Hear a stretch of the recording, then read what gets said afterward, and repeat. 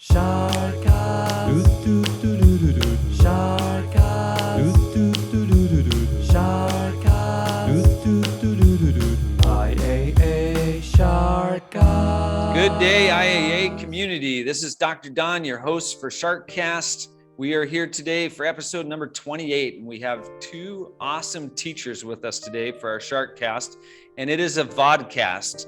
So if you turn your camera on, you can see us, your video on, and we will be showing you some cool things today. So you want to turn your video on. I just wanted to talk about our AP classes today on our Sharkast, and that's why I brought in two incredible teachers. I'm going to introduce them to you here in a second, and then they're going to talk about their classes that they're teaching. We currently offer 12 advanced placement courses, and advanced placement courses are college level courses. So in the United States, at many of the universities, students that receive a 4 or a 5 on the AP exam can also receive credit in university. We've had students that have left IAA and graduated with enough credits to take care of their freshman year of university. And so they started as sophomores. And so it's a pretty good opportunity, but also knowing that it's a college level course or university level course, it's very rigorous and very challenging. So some students that are younger, they might not do as well as a student that's maybe a senior, but they still have that opportunity to take AP courses. Today we have with us Mr. Aaron Murphy, who teaches AP Human Geography, along with a couple other AP courses, but we're gonna just talk about Human Geography today. And we have Ms. Aguilar, who teaches AP Psychology. So go ahead and give all the Sharkland a wave out there. And we're gonna start with maybe Mr. Murphy. You can talk first, introduce yourself to the community. We have some new community members that might not know you. Yeah, sure. Should I go ahead and share my screen here? Absolutely. All right, so here we go. I'm Aaron Murphy. I'm from St. Cloud, Minnesota. That's where I was born and raised, and I graduated from St. Cloud State University with a degree in social studies education. And actually my emphasis with that degree was in geography. This is my 4th year here at IAA and my 7th teaching overall. A little bit about me: I love sci-fi books and shows, playing disc golf, and I also love watching sports. I'm engaged, but waiting for the wedding to happen until U.S. immigration gets their stuff together. And I'm the father of a beautiful little girl named Kira, and we have a dog named Esperanza. So here's the requisite pictures. So this is my daughter, Kira, the cutest little thing ever. And so she just turned 2 months last week. And there's pictures of me and my beautiful fiance, Belen, and our dog, Esperanza. We like to get out and do a whole lot of things around the country. So awesome. What a beautiful family. Mm-hmm. Yeah, well, let's talk about Human Geo, shall we? It is advanced placement human geography. So the difference here is that the key word is human. It is unlike any other geography class, and this is the only, currently the only dedicated geography class that we have at IAA. And it focuses mostly on the human impact on our world and on the earth. And so I think that is basically what makes the class so enjoyable, but also very challenging, is the fact that it's unlike any other type of geography that students have studied. So some of the things that topics that we address in this course have to do with like economic development and cultural change, consequences of population growth and decline, as well as international and internal within a country, migration, technological innovation, and impacts of that on transportation, communication, industrialization, and how countries develop. We look at conflicts over demands of ethnic minorities, the role of women in society, and inequalities between country, and as well as agricultural land use and sustainability. So it's a very wide variety of topics that we deal with, but all of it focuses on some of the patterns and processes that we see these issues take place across both time and space, because there is a bit of a historical aspect, because we have to figure out where these ideas have come from and how we have seen them in the past versus how we see them today, and kind of that pattern of change throughout time and across the landscape. So some of the things that we talk about, I put together a few slides. I just kind of randomly chose some slides from class just to have the audience get a little bit of an idea of some of the more specific topics. So this one, we're talking about the effects of migration, and actually we are currently on this topic in AP Human, and we'll be finishing this topic up tomorrow on Thursday. So this Mr. has Murphy, to do with, let me ask you a yeah. clarifying question. Will the listeners have a quiz on these slides that you're about to share with us? Will there be an AP exam for the parents and the students listening? Well, you know what? I didn't put one together for the parents, so lucky them. The students, absolutely. I think it's May 4th. The students are going to have theirs. Okay, and that's going to be a fun one. Yeah. So we talk about the effects of migration. So what are the effects of people coming into a country? What are the effects of people leaving their home country? We look at culture. This has to do with ethnic enclaves. So looking at where we see groups of people of similar ethnicity. We talk about the effects of boundaries. And so this has to do with our political borders, how language and religion can play a role in border disputes or in territorial disputes. We talk about the Green Revolution when it comes to agriculture and the positives and negatives of these new technologies of being able to grow food to sustain our population. What parts of the world largely benefit, what parts of the world see some more negative consequences. And we talk about development. So when you hear the terms like more developed countries versus less developed countries, and we talk about some different theories of how we got to where we are today and how we may see development kind of go in the future.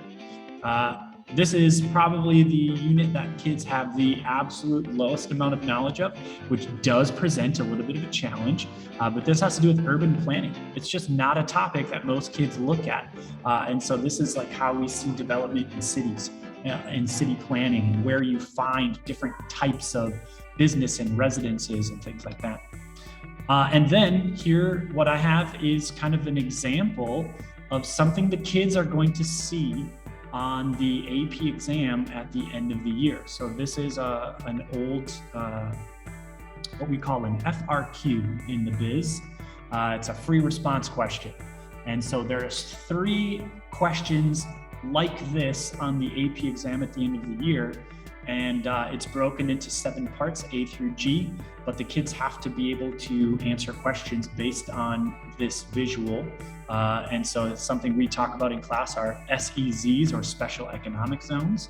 And so I'm sure a lot of parents are at home right now looking at this going, oh my goodness, how do they answer these? And I like to show my students these at the beginning of the year because it gives them an idea of what am I in for? Like, what am I gonna have to do come the end of the year? But this is what we build to throughout the year. So these FRQs are what kids tend to struggle with the most, especially when you see the words explain, because they have a really difficult time being able to connect the dots from point A to point C. Like usually what they'll have to do is say, well, if we're here, this is what leads us to this next point B. But then from B, this is how we get to this next point C. And that's a skill that the kids struggle with at the beginning of the year, is being able to take knowledge of topics and connect the dots to real world situations. And it's not just from point A to point B. Like I said, it's a lot of times going from point A to point C, and how do you get that far? And so, this is what we work on all year. We do a lot of practice, free response questions, and we do a lot of little quizzes throughout the year to make sure kids are on track and hopefully getting the 3 out of 5, 3s, 4s, and 5s that's what we're looking for in these AP exams.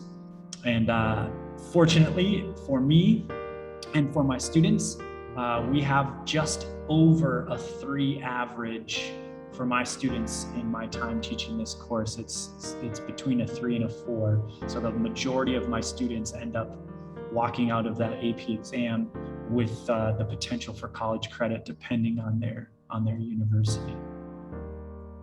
That's great. Congratulations. That's super. And for this question that is on your screen right now, Aaron, the answer would be letter C. Letter C. Yeah, of course, yes. Just choose C. It looks like a multiple choice question, but it's not. They have to answer every letter in a response that's intelligent using the information they have. So very good, practical for problem solving skills. And this is college level. So a student that, let's say Mr. Murphy, a student gets a 2 on the human geography test. Does that mean that they're just hopeless and there's, what does that mean?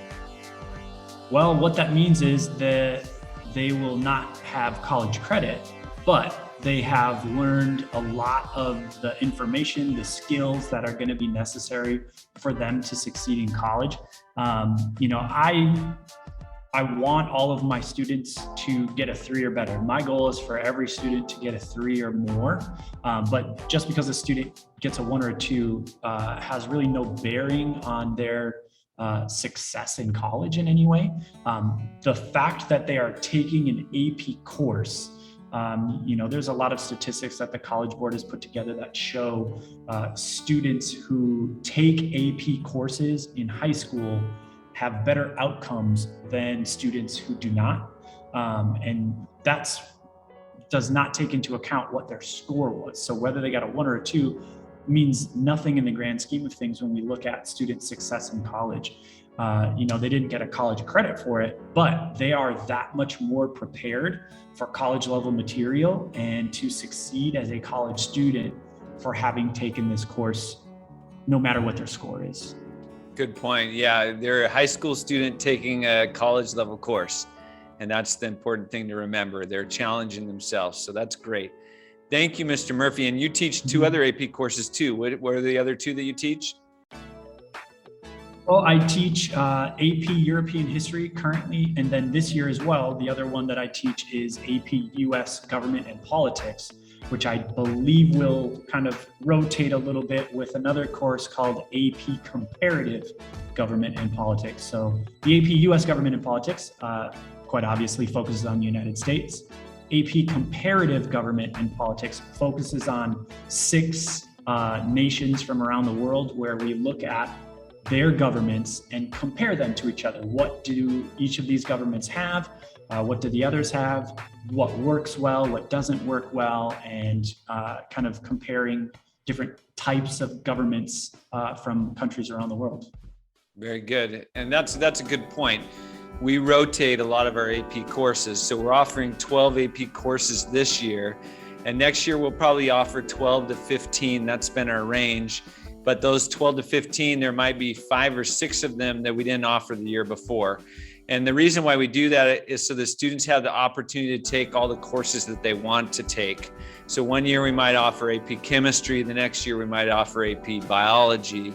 That way a student can take both of them instead of having to choose between one of them. So good point. Thank you, Mr. Murphy. Ms. Aguilar, you have been at IAA for a number of years, but you've changed your capacity as you went to school and worked on your psychology degree. Do you want to introduce yourself to the Inter-American community? Yeah, sure. Let me share my screen. So just put a bunch of pictures and I will talk a little bit about them. So I am a clinical psychologist, as you mentioned. That's what I studied in university. And just, I think 3 months before graduating, I started working here in elementary. I started working in kindergarten, and then I moved to grade 1 and 2. And just before the pandemic started, I started teaching AP psychology, and now I moved to secondary and I teach AP psychology, intro to psychology, and I also teach middle school. So a bit of myself, as I mentioned, I am a clinical psychologist. I'm currently doing my master's degree in education to become a better teacher for my students. I was born and raised here in Guayaquil. These are my parents and these are my sisters. This is the day I graduated from university. This is my dog. I also live with my dog. She was an important guest in my classes last year. The students really got to know her. She was always in the back. So yeah. And I love to travel. I really love to travel. This was well, 2 years ago before the pandemic. And this was also the same year I took a hiking trip with some friends. And in my free time, I love to watch movies. I really, really love movies. I can watch 5 movies in one day. And that is an important part of my course too. I include a lot of movies, which I'll talk about. So that's a bit about myself. I didn't prepare too many slides. I will talk about important things about the course. So this course this is the third group that is taking AP Psychology, and it is a very popular course. Like the first year we had 24 students. We currently have 13, but now they need to take a previous introduction class to take the AP Psychology course, which is amazing. They have more, they have a background in psychology. They have all this previous content, and I'm sure that they will perform really good this year. They are very motivated and they are amazing kids. So I think this course is very popular because it's so relatable. Like from day one, you can relate to everything we talk about. And you can apply all these things to your daily life. So I think that's why kids really like psychology. So yes, there are tons of students that are taking psychology, not only AP Psychology, but also Intro to Psychology. Hopefully next year they will take AP Psychology. Now, one of the challenges that I found with psychology classes is that students come with this idea of what psychology is. Whenever I ask them, like the first week, I asked them, like, so why did you take psychology? And a lot of them end up saying, I want to know how, like, what people think, or they think that we're going to do criminal profiles. And I mean, that's part of psychology, but not exactly what we do here. So that is like a big shock for them to really understand what psychology is. And it has this scientific component, and what makes it a science. And something also that is very challenging of this course is that it has a lot of things. Even though in the school we label it as a humanity course, it has a lot of biology and statistics and research methods and a bit of sociology, psychology. So it's a lot of different things. So it can be challenging. We're currently working on our biopsychology unit. So everything about the brain, about our nervous system, and it's really interesting. The kids really like it, but it's still a very challenging topic since they've never had a class that teaches this contents this deep. So that is one of the main challenges I think that students have, like with the amount of content that every AP class has, but also that it has many different areas in one class. So that is one of the, I think, challenges that this course has. So I included this slide to basically explain all the things that they have to learn by this time. So this is our 8th unit. This is our clinical psychology unit. And this is one of the things that kids are interested the most. They love this topic. They are very concerned about mental health, something that was not very common. People didn't talk a lot about this topic 30 or 40 years ago. These kids are really interested in these topics, and they ask, like, as soon as they come to the class, like, are we going to learn about psychological disorders, about depression, about schizophrenia, about all these things? So they are aware of the importance of mental health, and they are really interested. So by this time, so when we cover this unit, they need to have this huge amount of background about biological basis of behavior, about our brain, what are the biological aspects of psychological disorders. But they also need a social aspect, so they need some background in social psychology. And they also need to know about research methods, like how did how the psychologists came up with these definitions, like how common they are, like when they happen. They need to understand what type of studies we use in psychology to understand this type of content by now. And also they also learn therapy, because this can be a very dark, we talk about psychological disorders and can be a bit triggering. But we also talk about therapy, and they also need to learn about biology and chemistry. So by the time we cover this, they have a huge background that allows them to understand how neurotransmitters work in the brain, how there's a chemical imbalance, and how medicine can bring that balance back to the brain. So these are very complex topics that students will master at the end of the course, and they really like it, and it's something that they look forward to a lot. Also, as Mr. Murphy said, we also have the same format. We also have our test will be on May 4th, May 10th, I think. So we also have multiple choice questions and FRQs. So this FRQs, as Mr. Murphy said, they have to relate the concepts that they are covering in the question with the situation. So they will ask very specific situations. So let's say that this person had a brain injury. How will this functions will be affected? And they have to explain how people will be affected by different brain injuries or by different situations. So it's a very complex subject, and I think that's one of the things that kids struggle with the most. But it's a course that I think they enjoy, and there are so many interesting discussions that we are having this year. Students are sharing, they're asking so many things, they're so curious, and I really love that. We also, as I mentioned, I love movies, and I also watch a lot of movies. They have some ideas about what they see in the media, what is like a psychological disorder and how psychologists work. So they really like to watch movies and connect what they have learned in the movies. So yeah, usually the score that we have is usually the mean for the rest of the students in the world.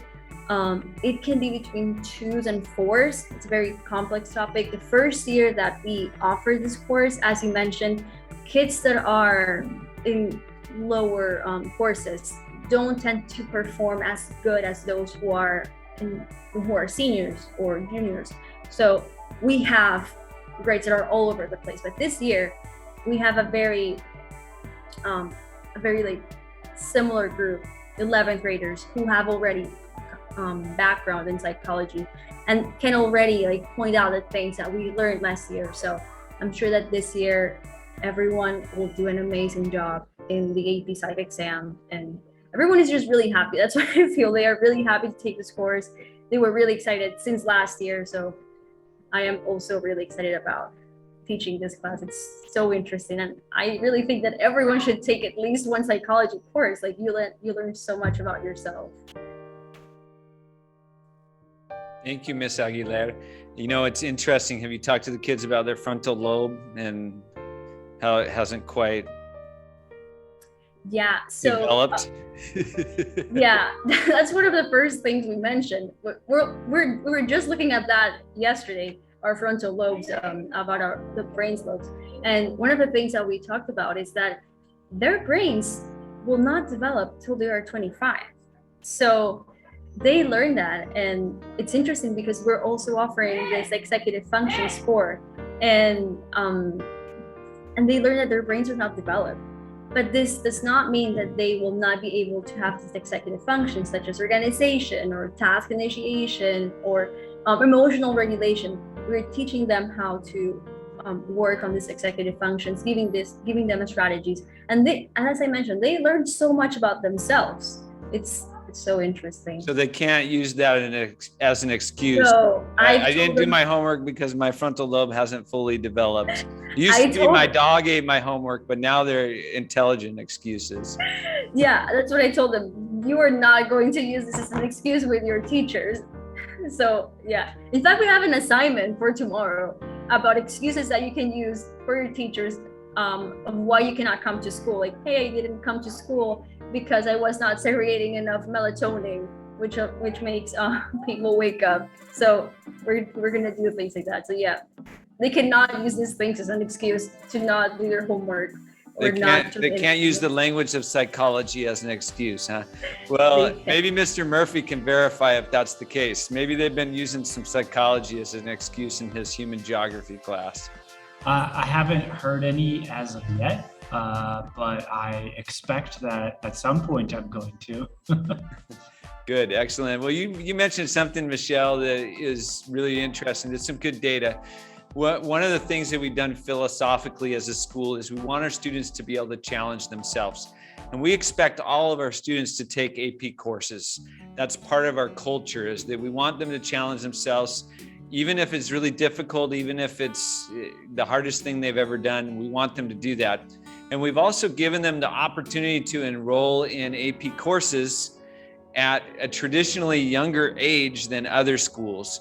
Most other schools are so bent on their AP scores, they want to get all 4s and 5s, that they only allow students to take the course like their senior year after they've taken a bunch of prerequisite courses. But for us, we're more driven by what the student wants and what their dreams are.